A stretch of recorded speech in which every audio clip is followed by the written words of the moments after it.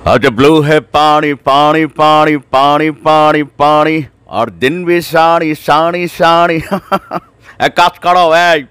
সেই মেয়েটাকে আমার কাছে পাঠিয়ে দাও ওই গন্ধাক্ত মহিলাকে দেখে মনে হয় সে গোসল করে না শোনো না না ওকে আমি মারবো না সুইমিং পুলে গোসল করাবো আর ওই যে কি ক্যাপ্টেন আশিক আছে না এই ছেলেটা বিয়ে সাথে করছে কিনা খোঁজ খবর নাও আমার এক টালতো না ওকে ফোন দিয়ে সে কয় দাদু এই এমন ধৈর্যশীল ছেলেই তো চাই নাকি দেখেন বাংলাদেশে ভাই পুরো বাংলাদেশকে শান্ত করে রাখছে সেনাবাহিনী তারপরও কারোর ভাগ্যে কোনো পুরস্কার জোটে নাই কিন্তু একটা মহিলাকে শান্ত করার কারণে captain Ashik salute to you boss যেই পুরস্কারটা পাইছে আমি আন্তরিকভাবে ধন্যবাদ জানাই আমাদের সেনাপ্রধানকে জাস্ট মুসলিম ভাইয়ের বউর একটা কথা আমার খেয়াল হয়ে গেছে শোনো একটা রাষ্ট্র চালানো সোজা একটা সংসার চালানো সোজা না একটা মহিলারে চালানো সোজা না হেটার্সরা কয় তুমি এগুলা কি বলো ঘটনা দেখেন এই যে একটা মেয়ে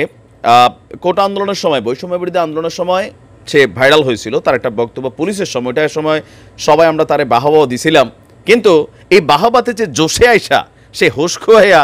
একটা অনৈতিক ফালতু ইস্যু নিয়ে সেনাবাহিনীর একজন ক্যাপ্টেনের সাথে যে ধরনের বেয়াদবিমূলক কুরুচিপূর্ণ তার বক্তব্য ছিল পরে তার সম্পর্কে সোশ্যাল মিডিয়াতে নানান অ্যাক্টিভিটিস দেখেছেন এখন দেখি তার আসলে এই ঘটনায় কি পদোন্নতি হলো বা কি পুরস্কার পাইলো বা কি হইল আসেন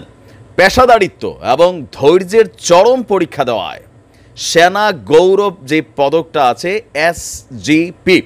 এইটা অর্জন করেছে বাংলাদেশ সেনাবাহিনীর আলোচিত ক্যাপ্টেন আশিক বয়স বেশি না ব্লুটুথ বয় বোঝাই যাচ্ছে আর আজকে দুপুরে আপনার সেনাবাহিনীর প্রধান ওয়াকারুজ্জামান তিনাকে খবর দিয়ে নিয়ে গেছিলেন সেখানে গেলে তাকে এই সম্মাননা দেওয়া হয় এই সময় প্রতিকূল পরিস্থিতিও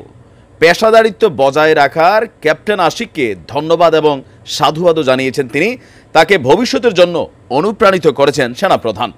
সামাজিক যোগাযোগ মাধ্যমে যে ভিডিওটি ভাইরাল হয়েছে সেখানে দেখা গিয়েছে যে এই মেয়ের এই ফালতু কুরুচিপূর্ণ পক পক পক পক পক পক মানে করতেছেই তো করতেছে সেটাকে যথেষ্ট বিচক্ষণতা শান্ত ধৈর্যের সহিত পরিস্থিতিটাকে সামাল দিয়েছিলেন আমাদের ক্যাপ্টেন এবং এর পরপরই তাকে এই পুরস্কারটা দেওয়া হলো তবে এই মেয়ে সম্পর্কে যতটুকু বোঝা যাচ্ছে এরা সেই শাহবাগী মানে একটা জুব্বা ঝুলায় কপালের মধ্যে দেখবেন টিপ তারপর দেখলাম সিগারেট খায় সে